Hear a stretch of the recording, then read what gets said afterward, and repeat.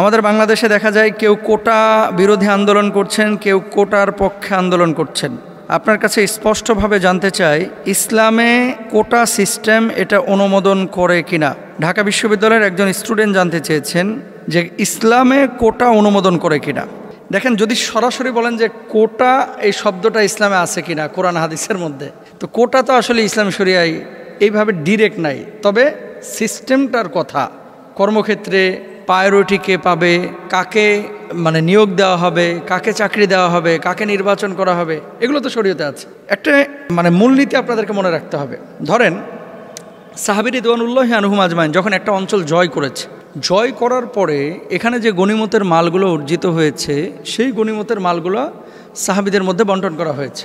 বাংলাদেশে স্বাধীনতা সার্বভৌমত্ব রক্ষার জন্য যারা যুদ্ধ করেছেন, এই মানুষগুলোকে সরকার পুরস্কার স্বরূপ মুক্তিযোদ্ধা ভাতা দেয়, তাদের ছেলে মেয়েদেরকে ফ্যাসিলিটি দেয়। সরাসরি এটাকে হারাম বলার কোনো সুযোগ নাই, কারণ সার্বভৌমত্ব রক্ষার জন্য যারা নিজেদের জীবনকে বিতরণ করেছে, বিলিয়ে দিয়েছে, এই মানুষগুলোকে পুরস্কার স্বরূপ অন্য মানুষকে উৎসাহিত করার জন্য এটা রাষ্ট্রনায়ক করতে পারে। এখানে শরীয়তে কোনো ঝামেলা নাই। মূল যে সমস্যাটা, ধরেন যিনি যুদ্ধ করেছেন তিনি উপকার পেলেন, তার পরিবার উপকার পেল, কিন্তু তার পরবর্তী 5 জেনারেশন, 6 জেনারেশন, 3 জেনারেশন, পরবর্তী জেনারেশন, তাদেরকে যদি উপকার দেওয়া হয় তাহলে রাষ্ট্রীয় নাগরিক অন্যান্যরা ক্ষতিগ্রস্ত হবে কিনা, এটা হচ্ছে মূল বিষয়। এই জন্য কেউ আন্দোলন করতেছে পক্ষে, কেউ আন্দোলন করতেছে বিপক্ষে, তাই না? যে নাতিপুতি এরা এই অধিকার পাবে কিনা।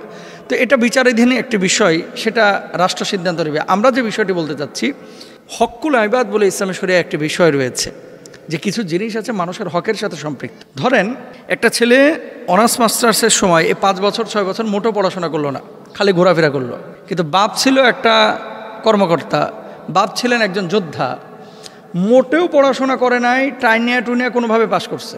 এখন সে পরীক্ষা দিল, টেনে টেনে সেখানেও পরীক্ষা পাশ করলো। আর আরেকজন যিনি মেধাবী, উনি ফার্স্ট বয়, উনি সেকেন্ড বয়, উনি দেখা যাচ্ছে 100-র মধ্যে 96 পাইছে, আর ওই যে টেনে টুনে যে পাশ করছে ও পাইছে 33। তাহলে কি কোটার আলোকে এই ছেলেটা যে 33 পেয়েছে, ওই 96 পাওয়া ছেলেকে টপকে গিয়ে সে চাকরি নিচ্ছে।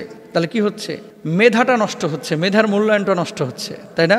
তো ক্ষেত্র বিশেষে এই সমস্ত জায়গা, যেই জায়গাগুলোতে অযোগ্য লোককে নিয়োগ দিলে রাষ্ট্র হুমকির মধ্যে পড়বে, দিন হুমকির মধ্যে পড়বে, পুরো সোসাইটি হুমকির মধ্যে পড়বে, এই সমস্ত জায়গাগুলোতে এগুলো বিবেচনা করা উচিত। এবং ইসলাম এগুলোকে নিরুৎসাহিত করে, এটাকে অনুমোদন করে না। ইসলাম কি বলছে? যেই মানুষের যেই যোগ্যতা তাকে সে অনুপাতে মূল্যায়ন করতে বলা হয়েছে। ধরেন একজন কোরআন তেলাওয়াত একেবারে মিশরি কারীদের মতো পারে, সৌদি আরবের কারীদের মতো পারে, আর আরেকজন কোরআন তেলাওয়াত করে কিভাবে? চাঁদপুর, কুমিল্লা, রাজশাহী, নোয়াখালী, কুড়িগ্রাম, এই গ্রাম অঞ্চলে একজন মুরব্বীর মতো ভাঙাচুরা পড়া, ঠিকমতো পড়তেই পারে না, তেলাওয়াত করতে পারে না। তো আপনাকে যখন ইমামতির ইন্টারভিউ নেবেন, নিশ্চয়ই ওই গ্রাম্য লোককে নেবেন না, নেবেন যিনি মিশরের মতো তেলাওয়াত পড়ে, যিনি সৌদি আরবের হাফেজদের মতো তেলাওয়াত করতে পারে। আপনি তো তাদেরকে মূল্যায়ন করবেন, এটাই হচ্ছে স্বাভাবিক। তো এই জায়গাটা থেকে আসলে আমাদের খুব ফিল করা এবং খুব চিন্তা করা উচিত যে আমরা কাদেরকে নির্বাচন করছি। এবার আসেন, যদি সরাসরি এটাকে হারাম বলেন, কোটার বিপক্ষে আপনি কথা বলেন, তাহলে রাষ্ট্রের জন্য যারা জীবন দেবে, রাষ্ট্রের সার্বভৌমত্ব রক্ষার জন্য যারা লড়াই করবে, এই মানুষগুলো কিন্তু নিরুৎসাহিত হয়ে যাবে। তাই যোগ্যতা অনুসারে মানুষকে বিবেচনা করা উচিত। যারা আন্দোলন করছেন এবং যারা পক্ষে বিপক্ষে অবস্থান নিয়েছেন, নিট অ্যান্ড ক্লিন একটা টেন্ডেন্সি আমাদের ভিতরে কাজ করা নিয়ে আসা উচিত, যে কোটি কোটি জনসংখ্যার দেশ হচ্ছে এই বাংলাদেশ। আমি কোটার কারণে প্রতিবন্ধীকে আপনি যদি সুযোগ না দেন, এই মানুষগুলো কিভাবে এগিয়ে যাবে? তো সেক্ষেত্রে তাদেরকে যোগ্য করে তোলা, যারা পড়াশোনা করছে না কিন্তু কোটার সুবিধা নিচ্ছে, তাদেরকে যোগ্য করে তোলার দায়িত্বও কিন্তু যারা নীতি নির্ধারক তাদেরকে যোগ্য করে তুলবে এবং তাদেরকে সেই কর্মের ব্যবস্থা করে দেবে।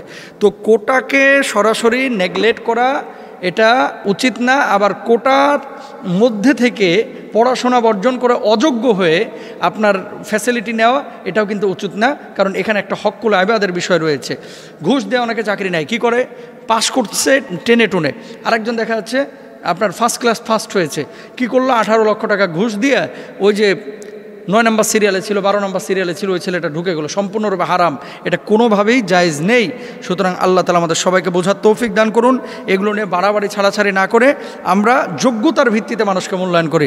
আল্লাহ বুঝদান করুক, বলুন আমিন। এখানে একটি প্রশ্ন করেছে জুবায়ের, উনি লিখেছেন যে মোহতারাম, আমি একটা মেয়েকে পছন্দ করি, সেও আমাকে পছন্দ করে। এখন বাড়িতে তার ফ্যামিলিও মেনে নিচ্ছে না, আমার ফ্যামিলিও মেনে নিচ্ছে না। এমত অবস্থায় পালিয়ে বিয়ে করা বা গোপনে বিয়ে করা আমার জন্য জায়েজ হবে কিনা? কারণ তার সাথে আমার নিয়মিত শারীরিক ধরাছোঁয়া হচ্ছে। নাউজুবিল্লাহ বলেন জোরে সোরে একবার। এই জিনিসগুলো এটা একটা আন্তর্জাতিক সমস্যা ভাই, বাংলাদেশে না শুধু, সারা পৃথিবীতেই। বাপ মা কিন্তু জানে যে আমার, এই শুনেন, আপনি কেমন বাপ মা, আপনি আপনার ছেলে মেয়ের অ্যাটিটিউড দেখে বুঝেন না যে আপনার ছেলে মেয়ে হয়তো বা অ্যাফেয়ারে জড়াচ্ছে। যেটা প্রেমে জমে যায় এটা দেখবেন মোবাইলে আসক্ত বেশি হয়। সব সময় কিন্তু বারবার দেখে, মেসেজ চেক করে, ছেলেও মেয়েও, যে কতক্ষণ আমার নক দিচ্ছে। আমার মানে তার টেন্ডেন্সি তো সবসময় ওই যে তার পছন্দের মানুষটাকে কেন্দ্র করে, তার শয়ন বলন কথন চলন সব কিছুতে তাকে কেন্দ্র করে। বাপ মা রাত্রিবেলায় দেখে যে ছেলে বা মেয়ে রাত্রি তার বেডরুমে কারোর সাথে কথা বলছে কিনা, এই জিনিসগুলো বা তার শারীরিক পরিবর্তন এটা দেখে তো বোঝা উচিত যে আমার ছেলে বা মেয়ে কারোর সাথে সম্পর্কে জড়িয়েছে। যদি জানতে পারে, প্রথমে উচিত ছিল বাপ মাকে এই ছেলে মেয়েকে কী করা, বাধা দেওয়া, যে প্রেম টেম এগুলো করিস না বাবা, আমরা আমাদের পছন্দ মতো তোদেরকে বিয়ে শাদী দিব।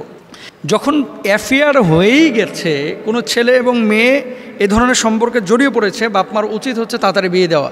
কারণ কি, ফাল আইনান জেনা হুমান নাজার, মনে রাখবেন যারা প্রেম করে, এখন প্রেম কিন্তু কোন একজন লেখকের কলাম পড়েছিলাম, প্রেম বলতে আসলে কিছু নাই, এগুলো হচ্ছে শারীরিক চাহিদা মেটানোর একটা উপলক্ষ, মাধ্যম। যদিও প্রেম টেম ভালোবাসা এগুলো আসলে ওইরকম কোনো উপলক্ষই নাই, এটা মূলই হচ্ছে ধরা ছোঁয়া, তারপরে মনে করেন আজেবাজে কাজকাম করা, এগুলো হচ্ছে মূল। তো ফাল আইনান জেনা হুমান নাজার, চোখ দিয়ে খারাপ কিছু দেখা এটা হচ্ছে চোখের জেনা, জিব্বা দিয়ে খারাপ কথা বলা এটা হচ্ছে জিব্বার জেনা, হাত দিয়ে খারাপ কিছু স্পর্শ করা এটা হচ্ছে হাতের জেনা। এখন বাপ মার উচিত যখনই বুঝেছে তখন বাধা দেওয়া, বাধা দেয় নাই, প্রেমটা জমে গেছে। এখন ছেলেমেয়েরা জেনাহের মধ্যে নিয়মিত লিপ্ত হচ্ছে, এমন অবস্থায় বাপমার উচিত বিয়ে দিয়ে দেওয়া। এখন বাপমা যদি সেক্ষেত্রে মেনে না নেয় যে আমার এই চৌধুরী বাড়ির সাথে অমুক বাড়ির বিয়ে সাথে আমি মানতে পারবো না, এরকম যদি হয়ে থাকে, ছেলে মেয়ে পালিয়ে বিয়ে করতে পারবে কি না? দুইটা মাসালা। এক নম্বর, ছেলেও অ্যাডাল্ট মেয়েও অ্যাডাল্ট।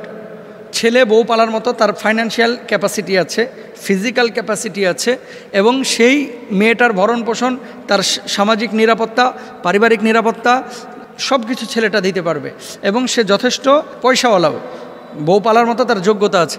এমন তো অবস্থায় জেনা থেকে বাঁচার জন্য যদি পালায়া বিয়ে করে, কোনো স্কলার বলছেন এই বিয়েটা জায়েজ, কোনো স্কলার বলছেন এই বিয়েটা জায়েজ। কারণ আল্লাহ রাসূল সাল্লাল্লাহু আলাইহি ওয়াসাল্লামের কাছে এক মহিলা এসে বলছে, আল্লাহ নবী, আমার চাচাতো ভাইয়ের সাথে আমার বাপ জোর করে বিয়ে দিচ্ছে, আমি তো তারা পছন্দ করি না। আল্লাহ নবী বললেন যে তুমি চাইলে বিয়েটা রাখতেও পারো, চাইলে বিয়েটা ভেঙেও দিতে পারো। নবীজি আবার আরেকটা হাদিসের মধ্যে কি বলছে খেয়াল করেন, আইয়ুমা ইমরাআতিন নাকাহাত বিগাইরি ইজনি ওয়ালিহা ফানিকাহুহা বাতিলুন বাতিলুন বাতিলুন। নবীজি 3 বার বলেছেন এই কথা, যে কেউ যদি পিতামাতার অনুমতি ছাড়া কোনো মেয়ে বিয়ে করে, তার বিয়েটা বাতিল বাতিল বাতিল। এখন সিচুয়েশনটা আপনাকে বুঝতে হবে। পরে ক্লাস 8-এ প্রেম করে এখনই বিয়ের লাগে পাগল অনেক ছেলেরা আছে, তো বিয়ে করে তুই খাওয়াবি কি? ও 4 দিন 5 দিন মেলামেশা হবে, তারপরে আর কোনো আসক্তি নাই, পরে যাইব ভাগ্যা পালায়া।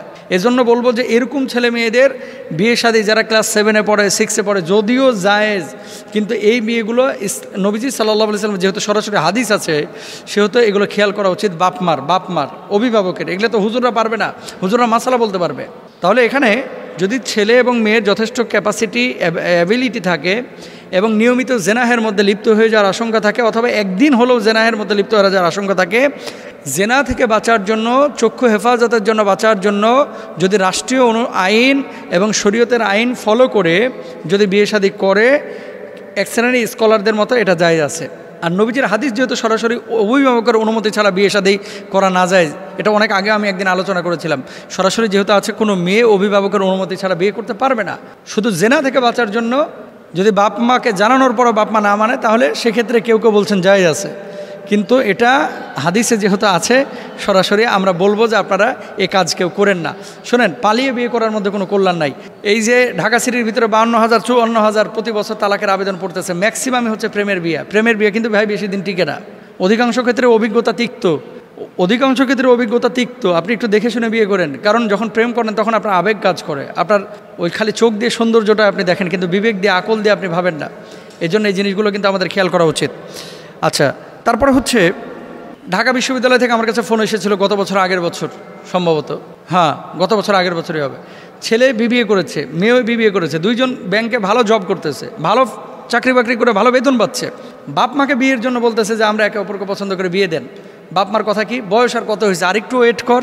এরকম কিছু লোক আছে অভিভাবক, মানে বিয়ের দায়িত্বটা ঘাড়ে নিতে চায় না। আর কিছু অভিভাবক আছে, এরা অতি চালাক, শিয়ালের মতো আর কি। এরা চাই যে ছেলে মেয়ে ভাগ্যে বিয়ে করে ফেলাক, খরচটা বেঁচে যাক। কথা বুঝছেন? এরকম কিছু বাপ মাও আছে। তো সুতরাং এগুলো আমাদের খেয়াল করতে হবে। প্রেম যখন হয়ে গেছে জমিয়া ক্ষীর, অভিভাবকের উচিত হয় এটারে বাধা দেওয়া অথবা এটারে বিয়ে দিয়ে দেওয়া। থাক, মনে রাখবেন। অনেক বাপ মা ভয় পান যা খাওয়াবে কি, ঠিক আছে। তা আপনার ছেলে এখন প্রেম করে প্রতিদিন পার্কে গিয়ে আড্ডাবাজি করতেছে, গুনাহ তো আপনারও হচ্ছে। আপনি যেটা করবেন, মনে করবেন যে আল্লাহ যদি আমার একটা মেয়ে দিত তাহলে মেয়েটাকে কি খাওয়ানো লাগতো না। এই নিয়তে আপনি আপনার মেয়ে ওই ছেলের বিয়ে দিয়ে বউটাকে খাওয়াবেন ইনশাআল্লাহ, বেটার বউকে, ছেলের বউকে। আল্লাহ তাআলা আমাদেরকে বোঝার তৌফিক দান করুন।